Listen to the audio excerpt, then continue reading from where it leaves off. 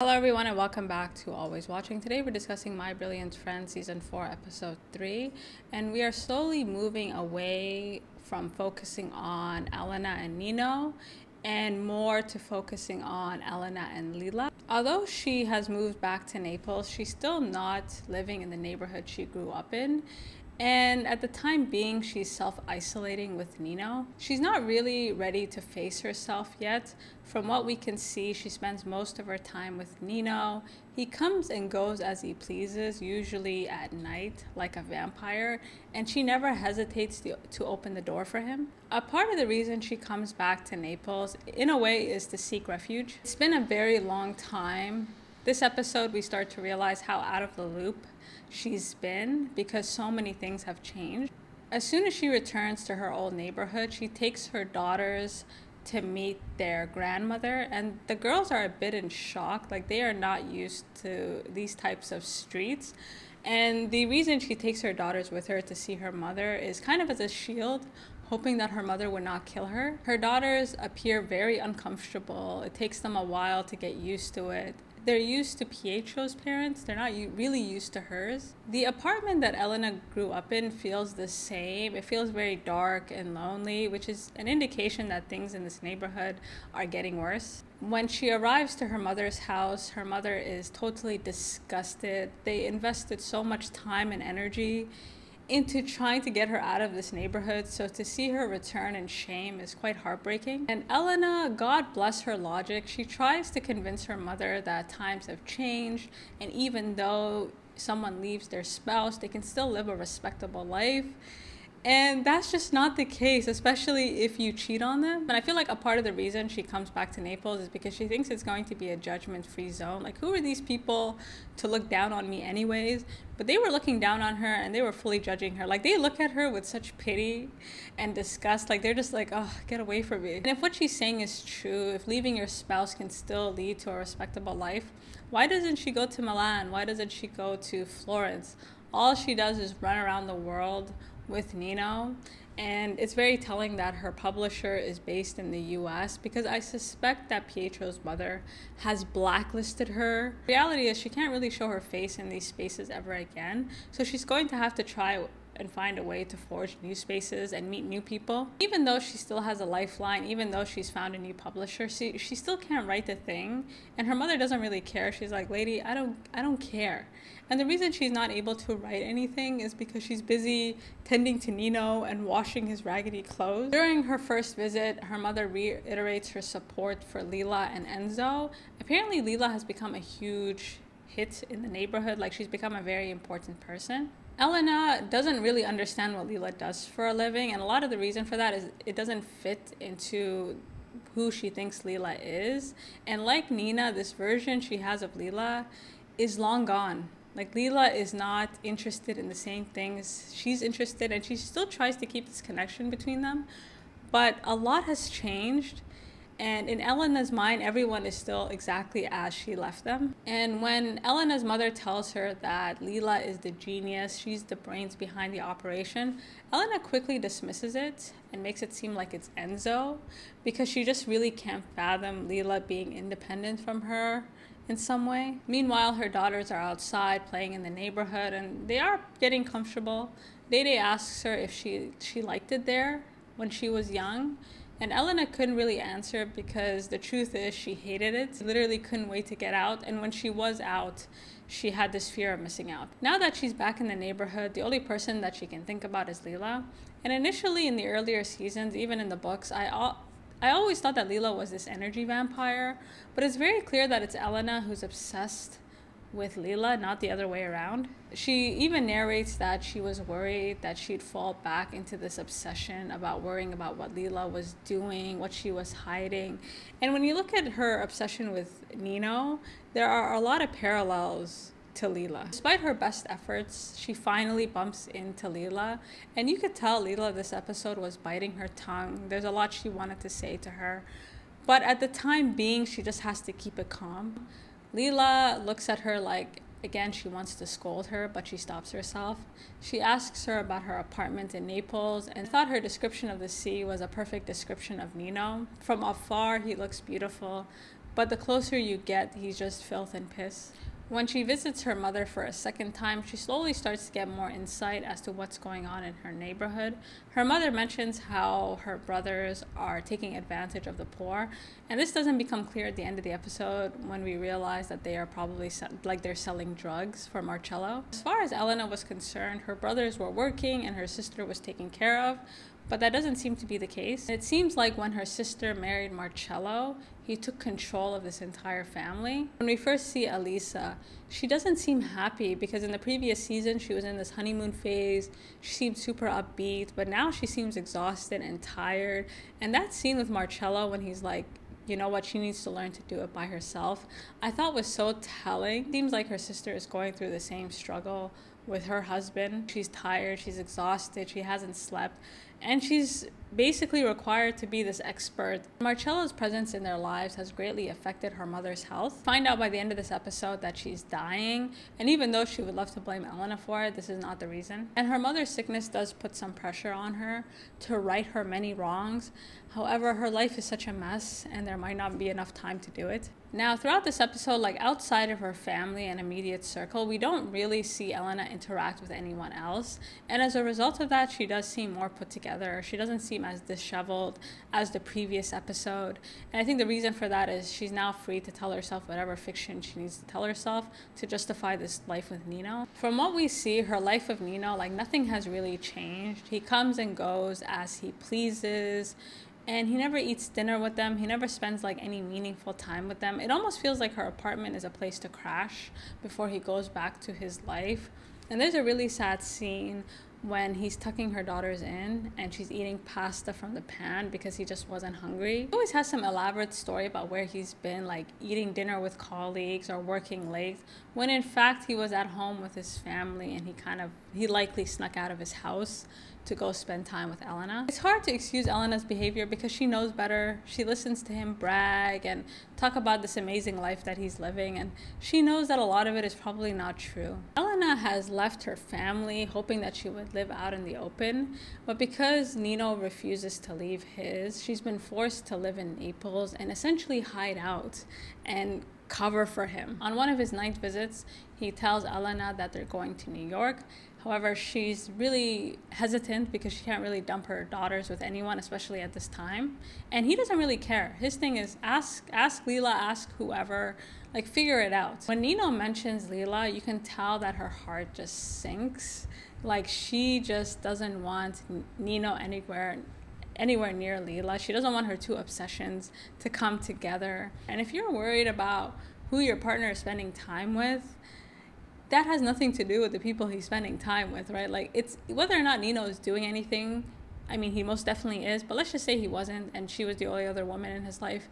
The fact that you're so paranoid about it is a sign that this is not going to work. Because of Nino, she's forced to call Lila for the first time. And I think this phone call is the first step in breaking her out of this world that she's created for herself with Nino. And this scene of Nino and Elena flying to New York, like they never show their time in New York, but it appears they had this whirlwind romance. Like they were just running around like lovers. And when she comes back, she is pregnant. And this is the first pregnancy that she's excited about because in previous seasons, she just dreaded being pregnant. Like she wanted to postpone as long as possible. But with this, she's very excited. And I thought the fact that she was hesitant to tell Nino was very telling. Like she doesn't want to inconvenience him in any way because right now she knows that she barely has a hold on him. When she comes home, her daughters are reluctant to speak with her, and at some point they actually it seems like they enjoyed their time with Lila, and Day even makes the comment like, listen, since you're gonna go away a lot, can you please just leave us there, because they don't really know what to expect from her anymore and she's not like a reliable figure, which says a lot about her as a narrator. I thought the way that Nino was looking at Lila on his way out, like this guy is forever looking for his next victim. On the bright side, Elena's daughters, like this time they spent with Lila, it did make them like closer and less ashamed of their mother. I love how Lila explained the importance of the last name Greco, like the idea that this, like a woman's womb does not belong to any man and neither do her children. And I thought the way that Lila explained it to Day was quite beautiful actually. And I thought Elena's narration in this was kind of crazy when she was like, Lila emerges from her madness and can sometimes do the right thing.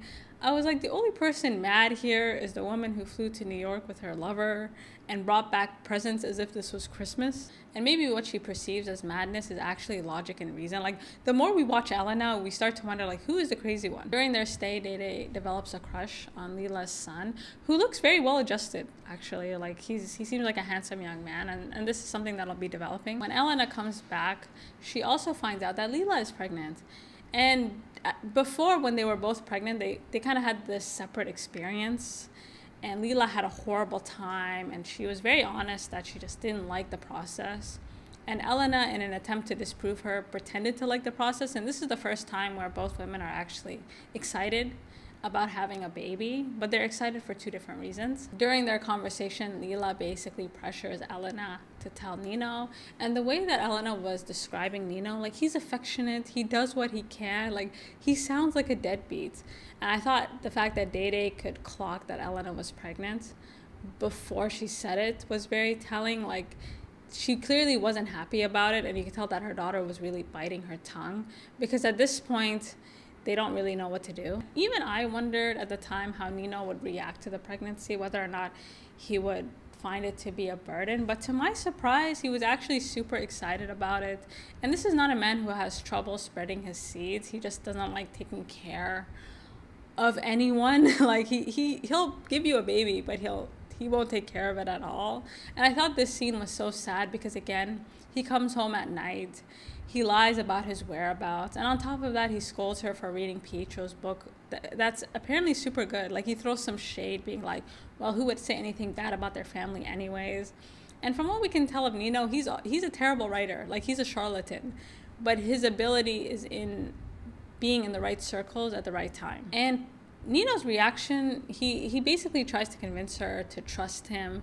And the issue is, Elena's two daughters, they have a last name, they have a father that's very invested in their life. Having a child with someone like Nino is very risky because they will not have that consistency, they will not have that dedication that Pietro has to his daughters. And one point that Nino made, which I think summarized his entire character, is how he was basically telling her, like, oh, you're so important to me, and the rest is background.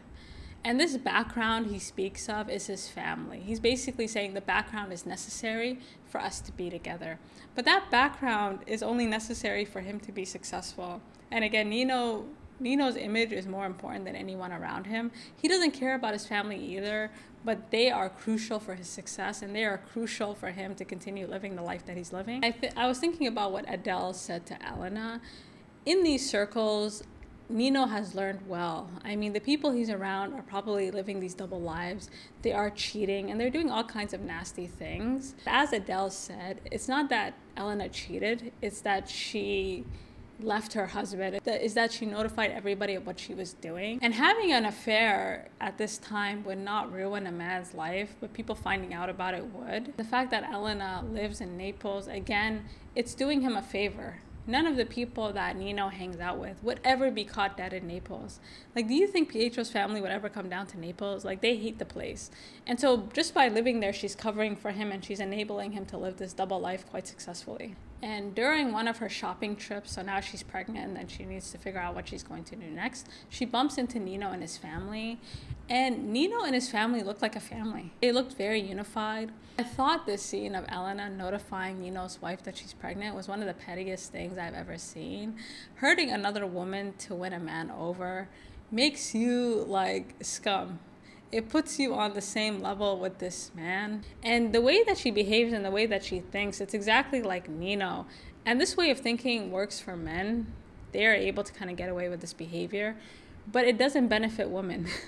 This doesn't benefit you at all. And her reasons for telling his wife that wasn't to hurt Nino, it was to hurt her, which at this point puts her at the bottom of the barrel, which is really saying a lot. When she confronts Nino, he of course has no accountability. He starts complaining that his wife makes him do things as her husband. Like, the way he complains is just so unreal.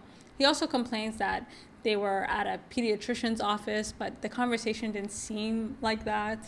Now, Nino's lack of accountability is one thing, but Elena's lack of accountability is just, it's so apparent. and what she said to Eleonora, it was so vindictive, and it solved no other purpose. The only loser in this situation, like when you look at how everyone is thriving, Nino, for better or worse, still has his life. Like the only person losing here is Elena. This whole damsel in distress act that she has going on, this whole like there's nothing I can do about it, it loses all credibility after that, doesn't it? To make it up to her, he invites her to his family home. And this whole time they're at Nino's home, I just kept thinking, would he bring Eleonora there? Because he's living in two different worlds. Again, he's living this double life like perfectly. This is as close as being out in the open as they will ever get. We don't really see them out and about unless it's in a foreign country. In her visit to Nino's house, she is reunited with his father, and as we know, his father assaulted her when she was very young. And this interaction was so eerie because he's basically reliving the entire experience. At the time, she was very starstruck by Nino's father because she couldn't believe that she knew someone who had written a book. And I think watching this conversation and how uneasy she was, I think she likes to use fiction to mask her trauma. Like Leela says it earlier in the episode, like people like you don't like telling the truth. You hide behind stories. And this is very true in Elena's case. The scene of Nino sitting next to his father was perfect because they're basically two sides of the same coin. And the episode ends with Elena finding out that her mother is dying. And I did like the lead up to this, like the footage of this terrorist attack in Italy and Elena running towards her mother because her life is blowing up in her face. Like, it was so dramatic, but it was so well done. Towards the end of the episode, we still get more insight as to how out of the loop Elena is. Like, her mother is really warning her that things are not what they seem. Like, you don't even know what's going on. You don't even almost know what's going on. And Elena's like, listen, I'll make you proud, you know, I'll do what I can, but it's just too far gone. And I did like the last shot of them in the light. Like, I thought it was so beautifully, I just thought the whole scene was quite stunning. And her mother is basically describing how her leg is a battle wound from having survived the angel of death. And I can't even look at her mother. And a lot of the reason she can't look at her is because first, she's not ready for her to go. And second, she's ashamed. Her mother had all these expectations of her. She calls her only true daughter. And they're right back at square one, and it feels like all of it was for nothing. And that's how the episode ends. So you guys let me know what you think, and until next time.